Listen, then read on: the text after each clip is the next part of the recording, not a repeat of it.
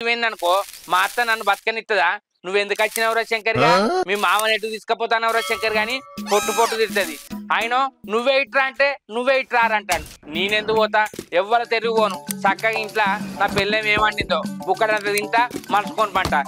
ఎవరు జోలికి పోవద్దు. అవ్వ నాకేం పని? ఇంత గిరిసి పెడితే నున్నగా రాకపోవునా? ఈ నవ్వులకేం లేదు. వేసుకరాపో, మా చెల్లి వచ్చింది. అవును కానీ చెల్లె, బామ్మది గారి పనికి పోతాడు పోతలేడా? పోతాడు అన్న రోజు 30 రోజులకు 5 రోజులు పోతాడు, 25 రోజులు ఇట్లా పడతాడు. అంతే. వచ్చిన 500 కూడా 400 లాగుతాడు, 100 రూపాయలే ఇట్లకి ఇస్తాడు అన్న. అంతేనా?